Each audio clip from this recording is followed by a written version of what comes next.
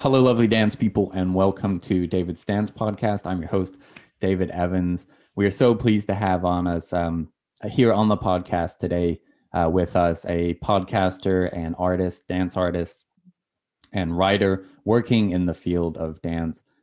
She has a podcast, Dance Dialogues podcast, which delves into kind of the artists and their process in an amazing way. And I'm really happy to have finally another podcaster as well here with us to kind of talk a little bit about the ways in which we facilitate conversations around dance and make that happen, and just different approaches to engaging with dance through the medium of podcasting and through all these different media. So it's really awesome to have her here on the podcast finally. We had some, scheduling difficulties, but we finally were able to meet up and make it happen. So we're so happy to welcome to the podcast Rachel Elderkin. Rachel, welcome. Thank you, David. Thank you. Yeah, it's really great to finally manage to do this. I know we've been shuffling things around as usual, but yeah, I'm really excited to do this bit of a podcast exchange. I haven't done this before with Dance Dialogues podcast, and yeah, it's nice to have a chat with another podcaster and to perhaps talk about, the ways that we facilitate conversation around dance, as you said. So yeah, I'm looking forward to it. Awesome. It's yeah, kind of to like kick us off, I wanted to ask you, all of our kind of journeys into this podcasting journeys are unique. For myself, it was a case of finding myself during, another lockdown, like many people wondering, what am I going to do to fill in this time and keep this dance career ticking along, keep things happening, keep creating in this dance world that I love so much. And for me, the podcast felt like such a natural kind of thing to start, both as a way of, in many ways, just a way of meeting up and just a way of hanging out with other dancers. Like, I love dancers so much; they're my favorite people. Like, and so it was, during all these kind of lockdowns, it was a great way to just see other people, still doing it, and on their own kind of journey still, and have those conversations, as well as having ownership of something that was really my own. It's often so difficult through these processes of applying for so many applications and doing all these to try to make things happen through kind of other platforms. But through podcasting, it gave me a way to make something happen in dance that was my own, and nobody could take it away from me. And it really would just stand on its own two legs. But I wanted to ask you, for your own podcast, what were kind of your motivations for starting it? Where did the idea kind of come from? Yeah, of course. So actually, what you've just said is like one of the reasons I did an Instagram live series during the initial lockdown in 2020 last year. And that is the exact reason I did that. And that Instagram live was a bit of an interim between my first podcast series and the second one that we're currently in the middle of. Yeah, because I was like, oh, everyone's online, but we've not got that connection with each other anymore as dance artists. We haven't got this way to talk and to keep conversations going, which is one of the reasons my podcast existed. And I thought, okay, we need that now more than ever. So I hopped on Instagram and did some Instagram live sessions, which was a really lovely way of, just as you have said about doing your podcast, connecting with other artists during that period, especially through that first lockdown, and yeah, just having conversations and keeping something going in the dance community. But to answer your actual question, to skipping back to when I started the podcast, started it I think in early 2019, probably in the spring, maybe April time. And yeah, it was something that I'd been thinking about doing for a while. It was one of those ideas that I'd been sitting on and thinking, oh, how do I find a way to do this? And probably about after a year of thinking like that, I was like, right, now you've just got to just start recording. And one of my friends, another dancer, Joel Brown, his flatmate actually worked with sound and video editing. And so he was like, hey, why don't you do this with George? So we got together in the studio and started recording our first podcast. So actually I decided to do a podcast, I guess out of frustration. Yeah. It's a place of frustration. So alongside my work as a dance artist, I also write. I write about dance. And up to the point of starting the podcast, a lot of my dance writing had been focused on reviews and articles. I'd watch a lot of work and I'd write reviews mainly for the stage and for a website called Field Review, which is an international dance website. And I guess with that, I saw a lot of shows at the main venues, and that's great. But when the friends I had in the dance sector said to me, "Oh, can you come and write about our work?" I could come and watch it and maybe offer them a couple of lines, but I didn't have an outlet to review it because in mainstream media, it's just a bit of a balance between what papers want to publish about the dance sector and as a dance artist, what you know is happening in the dance sector. And those two things don't really match up. The way that reviews work is that, they want a show to have more than a one night run. They need a couple of nights run to publish a review about it. And that favors the main venues and big companies. And so I found that I couldn't write about my friends and people who I knew were making like great work in the sector, or at least if I wanted to be paid to write about it, which of course I feel quite strongly about, that you should be paid for something that takes skill and time and energy. So from that I thought, what other ways can we begin to engage with dance? How else can we share the work that other artists are doing? And I felt like reviews and the article format wasn't always the best place to really share what people were doing. It's very limited in how much you can say about someone's work. And obviously a review is a different perspective. You're sitting there in position as a critic, so to speak. So you don't really get to hear about the artist and their work and their experience in the sector. So I thought, okay, a podcast would be a great space for this. And there were dance podcasts in America, but not so much in the UK. And I thought about it for a long time. And then my editor at Field Review said, no, I'd love you to do a podcast. So we started Dance Dialogues podcast, and it was a big learning curve, got to say. But I got one of my good friends, Daisy West, to do the first episode with me. And also Donald Tutera, who's another dance writer, because I knew we could just have a good chat and get that recorded. So we started off, and it positions then just continued from there. Yeah, it positions the conversation quite differently in the sense that I think you're right in the sense of when we're writing, even doing like a kind of traditional interview, there is more of that kind of critic hat on. And one of the things that I really enjoy about podcasting is the way in which it's conversational, but also the way in which it's more kind of exploratory, as well as a long form media. And also that there's really time to unpack an idea and ask kind of deeper questions that are harder to answer. I find for me as a podcaster, a lot of the really juicy bits, so to speak, are it's the second question. There's the obvious question, and then there's the response. But the bit that's always great is then when I can ask that next question, where the artist goes, "Ooh, I haven't thought about that," or "Nobody's ever asked me that question about my work before."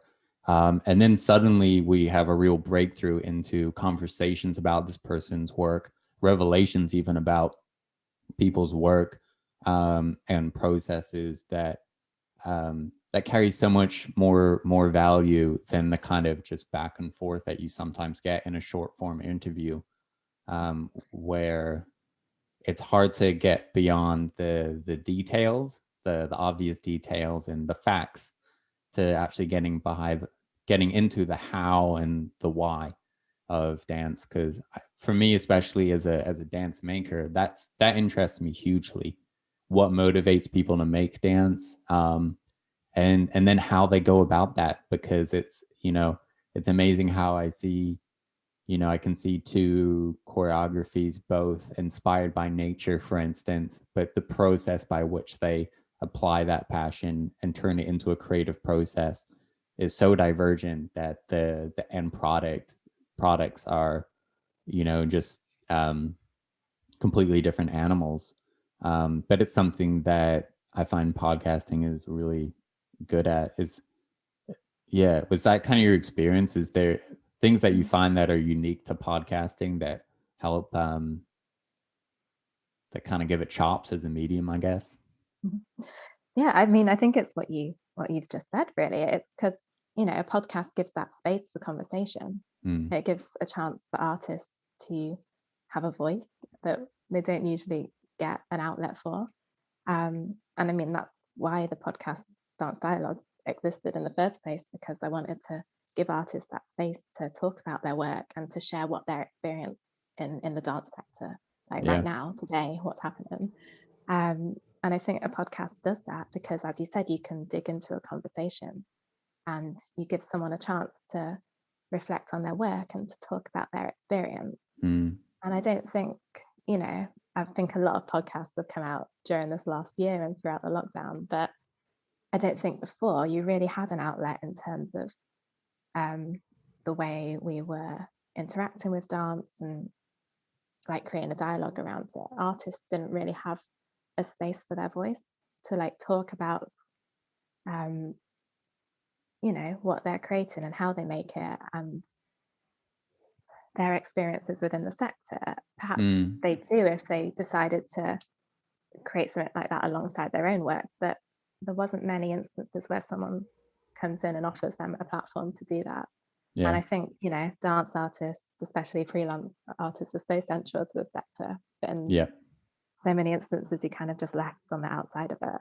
And It yeah, I think fulfills in many podcasts. ways, like what it reminded me of, like kind of thinking back to like my art school days, is it really reminded me of kind of in the second half of the 20th century, you had a process really, I think kind of 70s, 80s, and 90s, where you saw a lot of self-published magazines, and both in artist magazines, as well as you saw it in music very heavily as well. A lot of underground kind of music magazines where you had people with similar experiences where they're like, hey, and there's all these incredible bands that aren't being covered by the mainstream.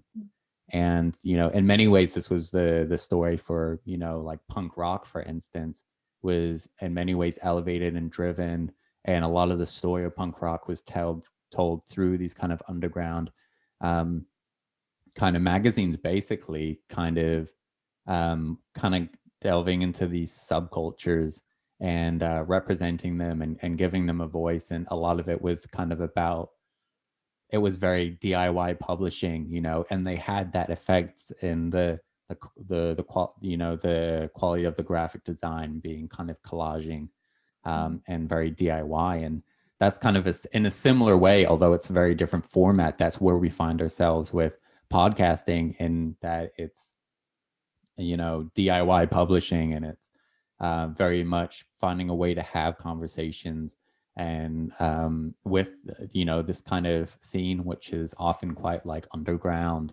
in many ways, as as often it's kind of pre-commercial, or kind of exists, and it's giving voices to these, have conversations around emerging artists as well, and that kind of making things happen attitude, I feel like. Hello, listeners. David here. If you're enjoying the podcast, hit the like and subscribe button for more content, and hit us up in the comments section. Let us know what you think about the podcast and the issues being discussed, and ask us questions that you'd like to hear about on future podcasts, and maybe put in some requests. Are there any dance artists that you want us to have on the podcast? Tag them in the post. Let us know. We'd love to hear from you. Now, back to the podcast. Yeah, I really like that parallel that you've suggested with the um, underground magazine culture, because I feel like there have been magazines and websites and blogs in the dance sector that have, Mm, kind of offered this, but they disappear. And I think that's yeah. because we've gone through a time where print or, people wanting to read stuff online isn't as, I don't know, it's not as prominent anymore, I guess. And actually what the podcast does, it does give that space, but it's using the format that's really immediate right now and, really accessible to people, being able to just watch them on your phone or listen to it Yeah. as you go about your day. And I think that's why podcasts are so popular in the last few years. I But I think we're hadn't thought about that seeing, parallel. yeah, we're seeing the as well, just as a medium, we're seeing the explosion of audio as well. Because one of the things that has happened is we've become so visually saturated as a culture. We're surrounded by so many screens that it's really hard to get people's attention through visuals anymore. And that's one of the difficulties with reading, is that, reading is another visual medium competing with TV and all these other things. One of the amazing things about audio is that you can listen to audio while you're doing other things, so it gives you all this reclaimed time. um yeah, I've really struggled with, like, reading growing up, but I love to read, but I find it difficult. And one of the things that helped me get back into reading as an adult and become an avid reader again was listening to audiobooks. And because all this time that, I think about when I was going to Laban, I was driving 3 hours a day, there and back. And it was, and I was just listening to audiobooks just allowed me to suddenly get through, just be streaming through all these books, because that was time where my eyes were occupied, my body was occupied, but my ears were available. And I think content creators are now kind of getting onto this, and people want content to be able to absorb while they're doing other things, while they're washing dishes, doing chores, going for a run. And it's another way for people to be able to take things in. So I really see it as the visual medium has become entirely saturated. I see it as kind of the next step, and why it's become such a big macro trend in that sense. Yeah, I think it's so true. And it's what we've seen happening around us, and especially what you're saying about content and the like huge need and desire for that. And I think that's so important why the dance sector needs to engage with these forms. Yeah. I think quite often it feels like it gets a bit left behind in its old Yeah. ways of working. But yeah, using things like podcasts and using social media and Instagram, which I know a lot of people are doing, it's a way of getting dance more open, getting it out there to people and opening it up so it's not so closed in its own little circle.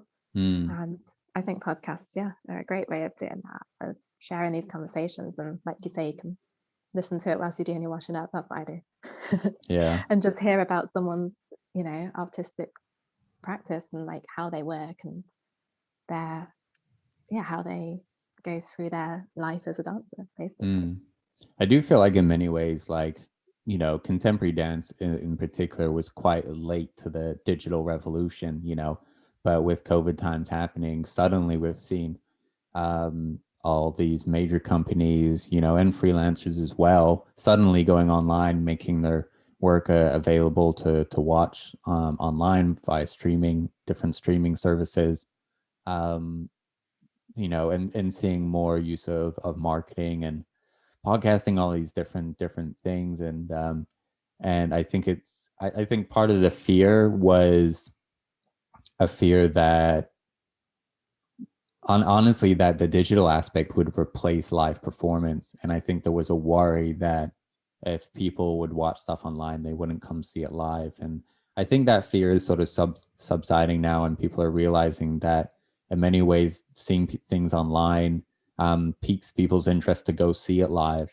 And I think people still know the value of a live performance. And I am an optimist in that sense, and that I think hopefully going forward will continue to have a healthy hybrid of, honoring live works, but using digital to support live dance culture. Yeah, Yeah. Yeah, I think that's what it is. It's the healthy hybrid. That's the nice term that you just said. Mm, Um, it's that. It's, you know, dance has got to think more in terms of how businesses think in a way. If you want to engage people and keep the sector moving forward and up to date, and as we've seen over the last year, yes, we've got to turn to digital forms and put work out there in different ways. But at the same time, it's never going to replace live performance, because I think out of all the art forms, dance is the one thing that just doesn't work so well over a digital online experience. I mean, obviously, there's really mm, clever ways you can film stuff, and that's what people are exploring and investigating, and that's definitely something to really delve into, I think.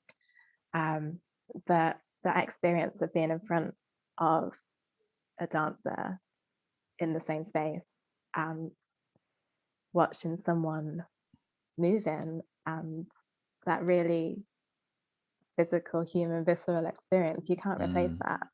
And I think because dance is so much about the body and it's so much about just being a human and how we move, Yeah.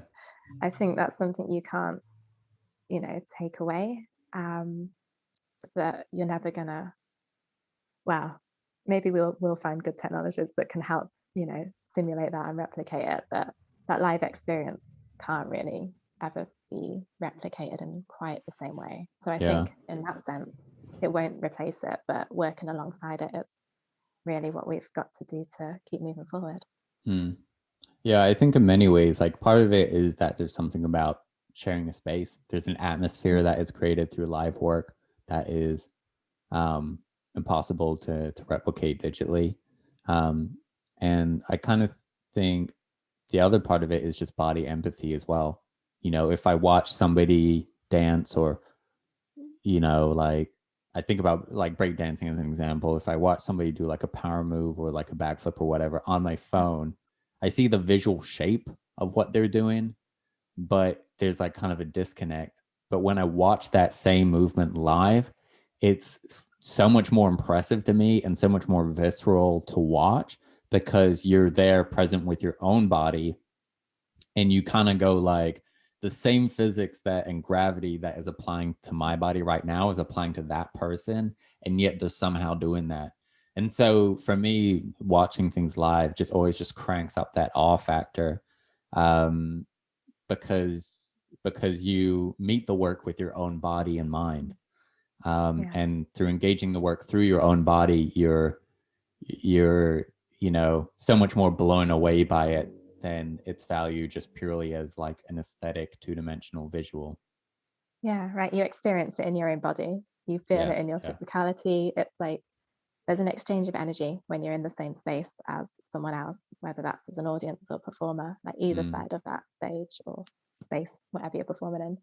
Like it's that energy exchange that I think we play off, and that makes dance such like a physical, connected art form. mm. And yeah, that's something I miss, I think, over the last Yeah. year. About as both a watcher and a dancer, I miss having the chance to have that with people. I've Yeah. really realized that in this last year that you can't ever quite replace that.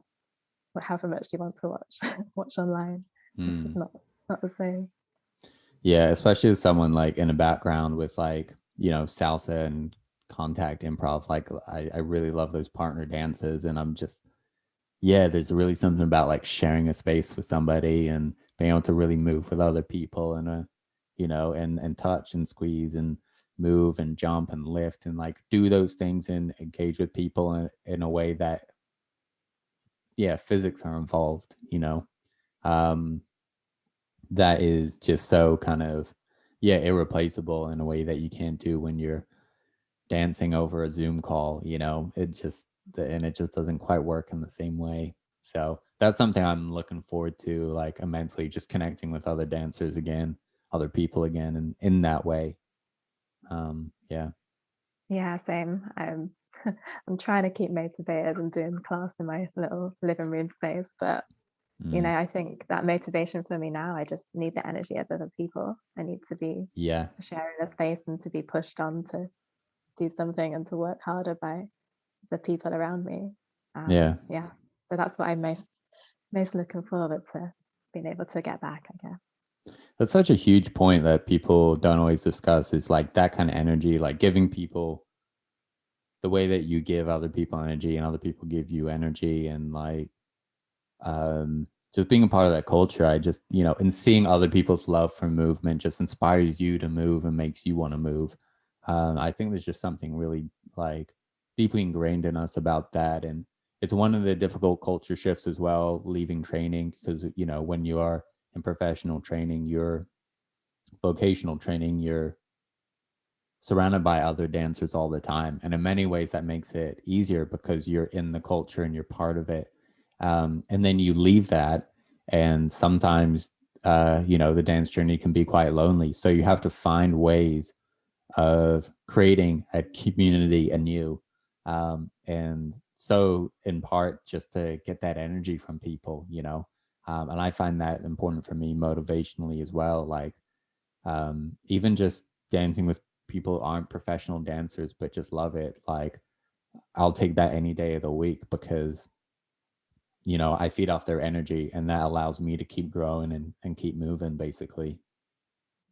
Yeah, I totally agree. And also, I think, like going back to our earlier conversation, I think podcasting helps create that sense Yeah. of community again. You Yeah. said when you set up your podcast, and the same for me doing the Instagram live earlier last year, I felt like, oh, I've got this connection with people again. I'm talking to other artists. I'm getting this kind of, fulfillment and exchange that I've missed, not being around people every day. So yeah, it gives another way to do that. But of course, doing it physically with people, sharing that body energy in the same space is also different, and something that's equally needed. And it's just part of that community that we build together as artists and dancers. Yeah. Yeah. That community thing's pretty key. I wanted to ask you about writing. You're the first writer that we've had on, and dance is so subjective, and it's a problem that kind of plagues all of the arts, and I think it's sometimes a barrier to the arts. Especially a lot of contemporary art. I think a lot of the general public sometimes say, how do I interpret this? How do I know what is good, what is bad? What is quality dance, etc. In your own dance writing, what kind of questions do you come with when you're watching a work? What do you kind of have in mind? What are you hoping to take away? What are you thinking about? I'm trying to dig into it, I guess, a little bit of what your framework for writing is, but I guess probably where I start with that is when you're watching a work, what questions do you have in mind? What are you thinking about? Yeah, that's an interesting one. At this point, I've not written a review in probably well over a year, which is a funny place to be. And I'm like, do Yeah. I still know how to do that? But I think really, I just I go very as I go as open as I can to watch something. Mm-hmm. I try and I quite often I don't even read like the program notes before, because I want to see what I can take from it just from watching it. And of course, dance is subjective. I mean, I'm always reluctant to use the term critic, but as a dance critic or dance writer, obviously your job is to be as objective as possible. But we all know that's not possible watching any kind of art or seeing or looking at art. And I think you have to just be very aware of that and aware of your own subjectivity. Mm. Um, so that's one good thing to keep in mind. But I like to watch it just as an audience member, trying to be open to see what I understand or receive from that piece. And, if there's something that doesn't connect for me, then I guess I question, like, okay, why wasn't that connecting? Why didn't that work for me?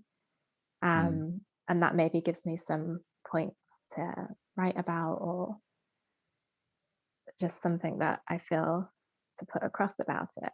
And equally, what does connect for me? Because obviously, you always want to go from a positive angle rather Mm. than a negative. I don't think criticism should be about the negative. It's about sharing the work and sharing that experience that happened on stage that maybe other people haven't got to see. And there's always a balance between obviously description and a more critical analytic language.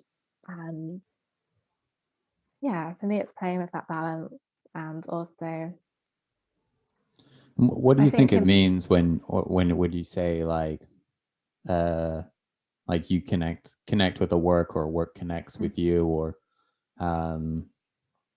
yeah, what do you mean by that? okay, yeah, I guess like what does it make me feel? What does it, like, what reaction does it evoke in me or awaken me?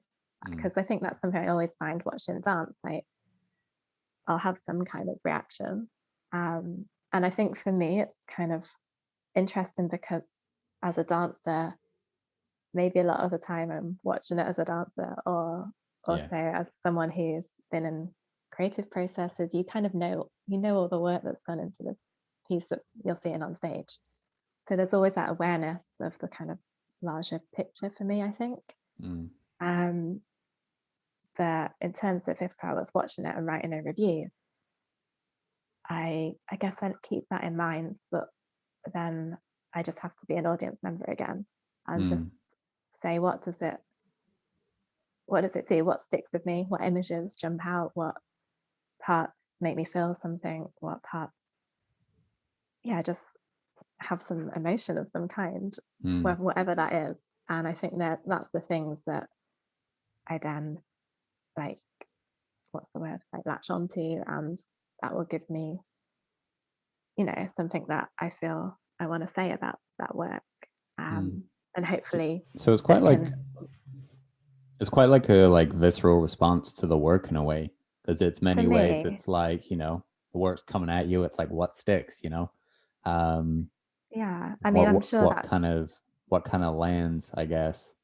It's interesting what you say about like responding or seeing work as a dancer, because I find there is some work which is an interesting thing. Yeah, some work that I watch and I'm like, I want to join in, or I can feel myself like starting to move with them, or especially like I really love not just the shapes, but like the movement between the shapes. That interests me.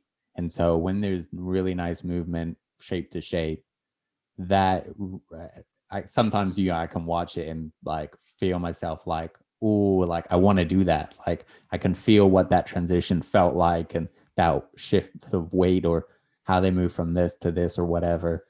And it's really interesting what works evoke that in me, because often that's a really physical interaction. There's some works that evoke that in me, and I didn't necessarily like think the piece was successful like intellectually, maybe, but I found the physical material still really touching. And then sometimes there's other works that I think function really well as in the ways in which they communicate their ideas and or themes or whatever, and they capture my attention, but I'm not maybe so taken up in the movement as an experience. But also a lot of that has to do with my own history as a mover. I have a proclivity towards certain kinds of movement, and so that sometimes makes me feel like I almost run away with certain movement. But then also at the same time, that kind of proclivity also creates a different thing for me, because I don't know about you, but I find it harder to watch work in styles that I'm really well versed in, because I'm more critical. I'm more aware of the language being used, and so that kind of sometimes that becomes a barrier to me just like taking the work in, because I'm kind of I see the language of I see the kind of the language and the syntax of the piece almost too much because of my familiarity with the style, whereas sometimes pieces in styles with which I'm not familiar, I feel like I'm able to enjoy almost more as a just member of the public, because not being versed in that, I can just experience it more just viscerally and more just as it is aesthetically and how it kind of comes to me. So it's interesting balancing that thing where sometimes it's not the case that more knowledge is better. Sometimes I approach work and I'm like, oh, actually, I just wish I could just switch my brain off and really enjoy that. And you sometimes have to do that with as a maybe a reviewer to experience work. Do you ever find that balance, that difficulty between just sitting and just being like, I'm just gonna take this in just as it is, and versus sitting there and having the questions, being in that critical mindset? Yeah, definitely. I think, I think what you've just said about this whole balancing act, that's like a huge part of it. And that's basically what you're writing, those conflicting thoughts you're having, watching it. You're like, oh, I'm connecting with the movement, but I'm not connecting with something, a message or an emotion that's coming across to me, or the opposite way around. And then that's the kind of balance that you pull out and talk about in a review, I guess. Although of course that is subjective, and what works for you might not work for me, and the same for anyone.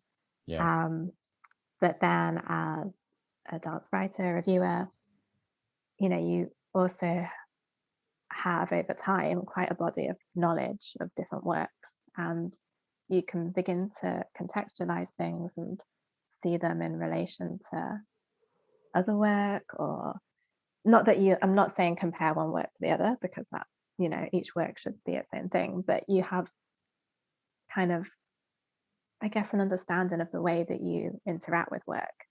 And I think your subjectivity becomes less because of that in some ways. Right. And that you can kind of balance things out a little bit more.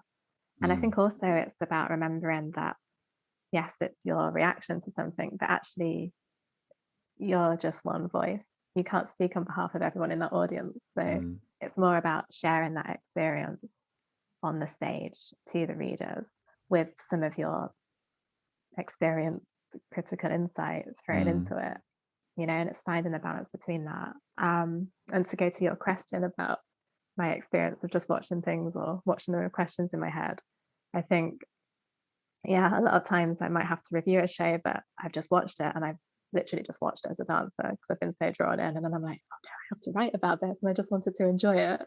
And then sometimes I'll go to enjoy something and have like loads of questions coming into my head. So it's just a process, I think. Have you ever seen a work and just been like, I don't even know how to write about this, like, or just been like, how do I even place this? Yeah, totally. It's one of those moments where it's just like dread coming out of the theater. And how do you move beyond that moment, that kind of writer's block, I guess, of like, what how do I make sense of what I just saw? How do you move beyond that? Usually the 9 a.m. deadline is the main thing that makes you move beyond it. But that helps. It's it can be a really stressful situation to, I think also with dance, that's the hard thing, that kind of print deadline of the next morning, or sometimes occasionally midnight, which is horrendous. Sometimes dance, I feel like it's something that needs to sit with you, and some shows more than others. Some you can have an immediate reaction to. Some are so subtle in the way that they play out over a period of time, over that hour, 2 hours, whatever it is, that you need time for those images and sensations, experiences to like settle in your body, or I find that anyway. And it might be a few days later that that I understand the piece I've seen, or well, not understand it, have an understanding of it, have my understanding of it, and then I'm like, oh, now I can talk about it. But processing something immediately afterwards, I'm not sure with dance it's always the most effective way of writing about it. So this is also my contradiction with reviewing dance. Right. I have a lot of questions in that I feel like the way we are asked to write about dance doesn't necessarily always work with the art form. And I've had plenty of moments where I've just not known what to say about a work. And I guess in that moment, I have to just either talk about it with someone, and in that conversation, they'll say something from their experience, and actually that connects something for you, and actually you find something to say. Becomes like an Or anchor point. yeah, or perhaps pulling out the things that did strike you and moving something around those. But sometimes you just need time, and I think that's just what's needed, and perhaps what the format doesn't offer. Yeah, I'm reading this interesting book called Why We Sleep, and I think one of the interesting things about that book is the importance of sleep as a processing tool.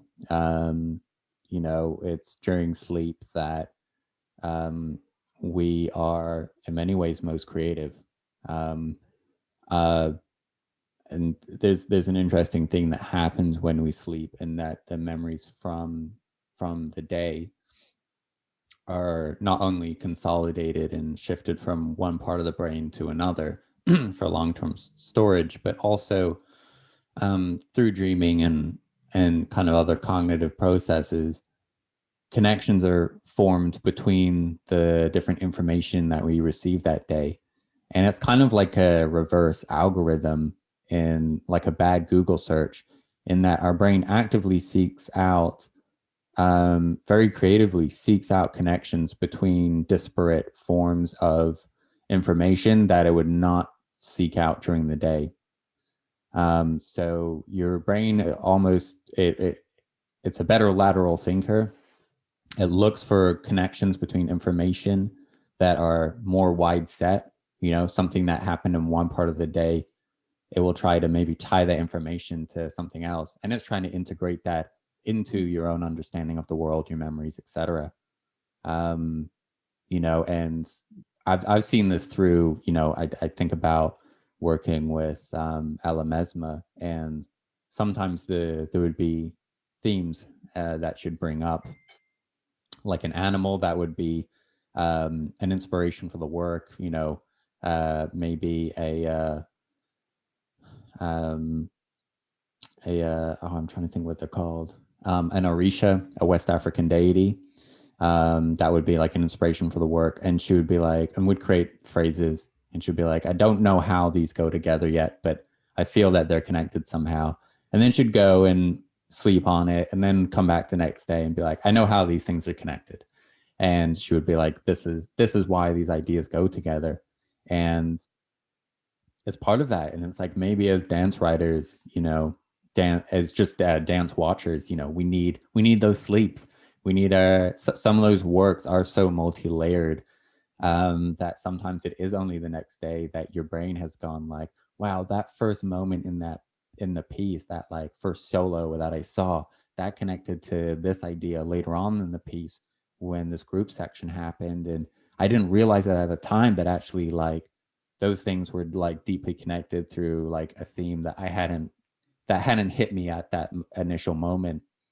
So I think there's a lot of validity just from like a creative process, cognitive process point of view, in terms of how we engage with dance, to responding to dance in the moment, but then responding to dance after our brain has had, and our bodies and all of that have had time to really chew it over. Yeah, I agree. I really think there's a lot in that. And I think when you were describing the dreams and how you connect things through, I was thinking, actually, that's really like a creative process. And then obviously you linked it as well to your work with Ella. And yeah, it's, I think that's what you do with dance. You find ways to link different ideas and images and thoughts together because it's an abstract form, and you do that and it ends up with a lot of layers. And then to distill that again by watching it and putting it into words, sometimes that needs time to get through, the complexities of it. And sometimes it's straightforward, but yeah, other times you need the space and then other to figure times it out. It's just like, oh, that's what it was. Sometimes it is, it is exactly what you saw. So it's so true. And I think that's why we need these other forms of interacting and engaging with dance and talking about it or writing about it, because there's a lot of limitations in those more traditional formats that perhaps don't really work with the way we're the way we're interacting with dance today as watchers, and the spaces that we see it in. We don't always just go and sit in a theatre, you know, there's so many places to see dance and so many ways to experience it. And yeah, I think we need forms that move with that and give space for it. Yeah. So, Yeah, that's a good way of putting it. Forms that move with it and give space for it. And that's kind of exactly it.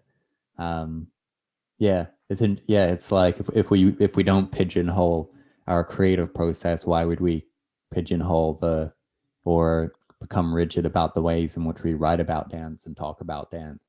You know, in many ways, we need just as much creativity to have a conversation about dance as we do just to make work with dance and to engage in the artistic process ourselves.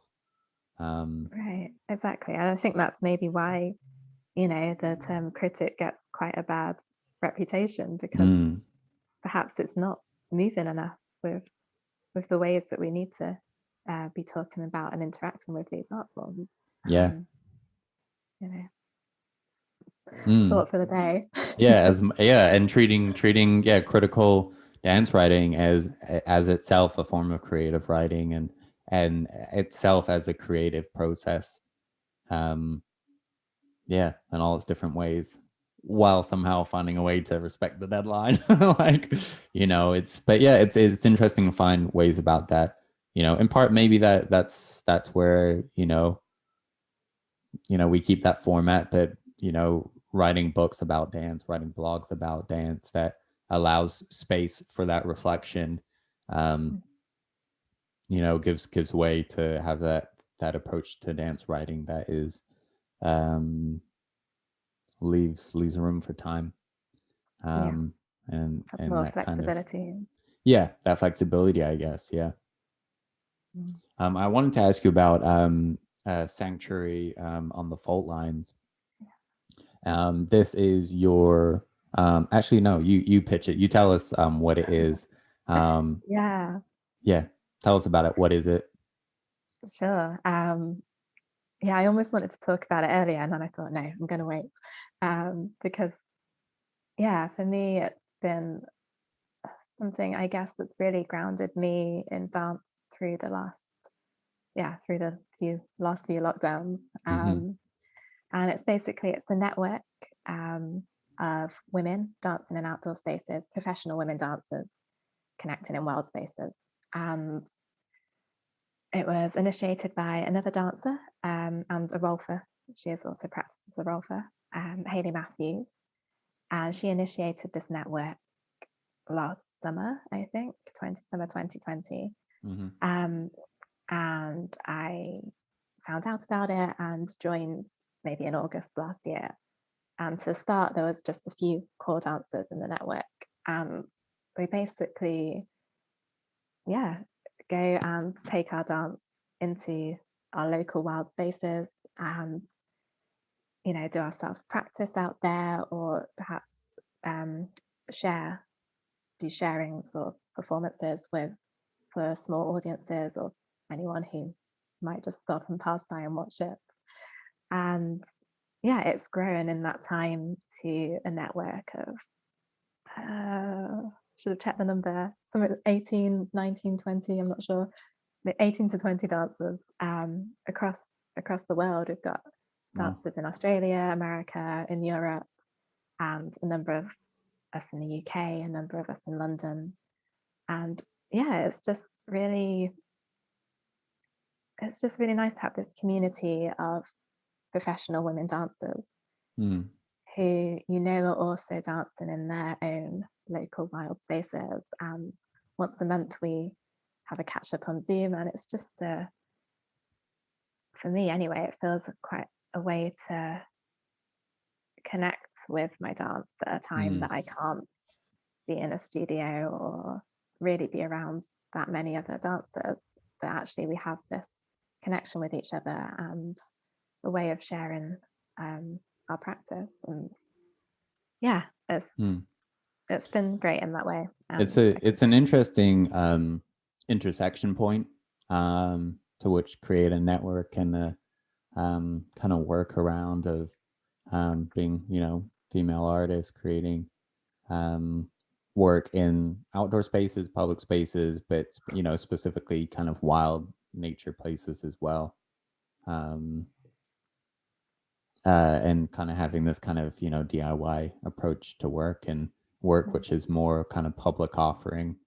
Um, what about that kind of like specific interaction like kind of attracted you to the network, and what do you think about that? I guess is what about that excites you kind of as a creator?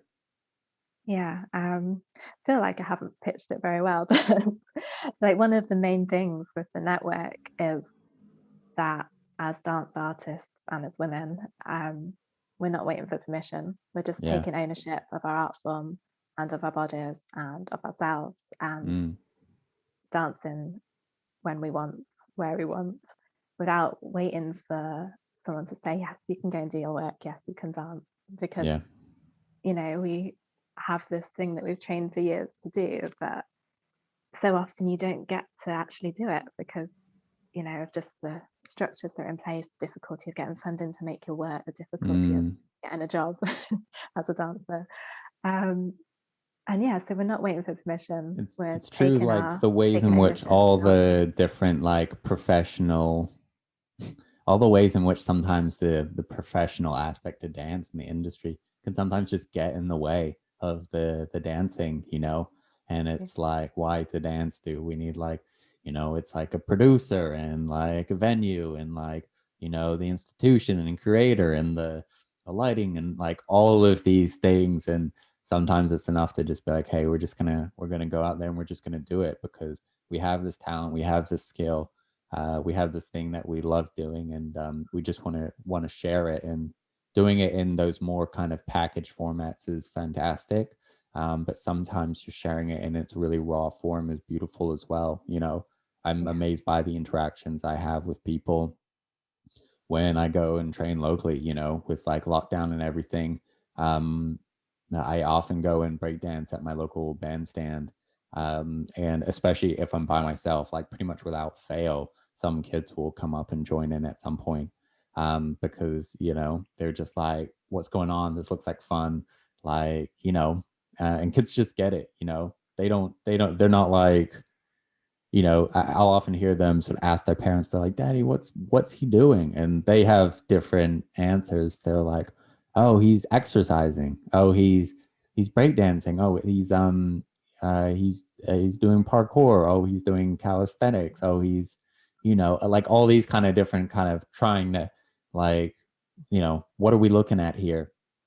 But I feel so often for kids, they're like, oh, that's play. They're like, oh, I get it, And in many ways, although they often do ask the question of like, what am I looking at? They see somebody playing and they're like, oh, yeah, that looks like fun. I know what play is. And then come up and they just like, they just get into it. They're like, yeah, this is interesting. I want to get involved. So um, it's amazing. Like, yeah, just being out there, just putting your dance out there and just seeing how people respond, I think is a really beautiful thing. Yeah, and it's exactly that. It's being able to share dance with people, it's not hiding it behind theatre doors or, Yeah. asking certain ways that you've got to view dance. It's actually just taking dance out and, being able to share that with people. And I think I hadn't really thought about this till you just said it, but obviously breakdancing, that's something that people, as an art form, you've done it outside. That's how people practice it. That's your spaces for dancing, right? Yeah. And I guess with contemporary dance, we rarely do that. We rarely say, right, I'm just going to go out and dance in these spaces. So yeah, in that sense, I haven't really thought about that parallel, but there's a similarity there, Mm. and just doing your practice. And I think also the network, it's particularly about looking to alternative structures and different Right. ways of supporting our work and supporting ourselves as dancers and artists, like Mm. both physically, artistically, and creatively, but also financially. So, when we do a sharing or performance, however you want to term it, then we have each dancer in the network has a PayPal link, and people can donate to our performance if they feel able to, or if they want to. And, it's another way of, yeah, of saying, hey, okay, how can I put my work out there? How can I dance and be as an artist without having to always be spending my time writing forms, writing applications, finding ways to fund that and wait for permission. So it's looking at these alternative forms, exploring them, and seeing how we might be able to do that collectively as well as a network. Yeah, finding new, yeah, it's part of it as well, as especially as the industry has become disruptive. It's finding new approaches to the business of dance, to making it work as a career, and making it work as an artistic form. You know, we can't be inside venues; those are closed off. So making use of all these beautiful outdoor spaces that are available to us, and it's what the arts are for. You know, it's responding to your creative limits and creating something new and, you know, something incredible. Where can people find out more about the network and the project if they want to follow it? Yeah, of course. There's an Instagram page at Fault Lines Dance Network, and then there's also a page on Haley's website. I think I have to find the address. I think if you Google Sanctuary on the Fault Line, then that page comes up. I think under ensemble dance. But also, yeah, the Instagram page is the main place that the dancers in the network share what they're doing and share when they're doing like an outdoor performance or sharing that people can come to watch. Yeah. So that's a good place to keep up to date with it all. Yeah. Awesome. And your own podcast, Dance Dialogues podcast, where can people find that? Yeah, same again. Instagram is the main one I use for the podcast. So it's just at Dance Dialogues Podcast. And it's also on Facebook and Twitter. On Twitter, it's at Podcast Dance. But Instagram, that's the most active one for keeping up to date with the podcast. And of course, I think it's on most podcast apps. So wherever you listen to your podcast, basically.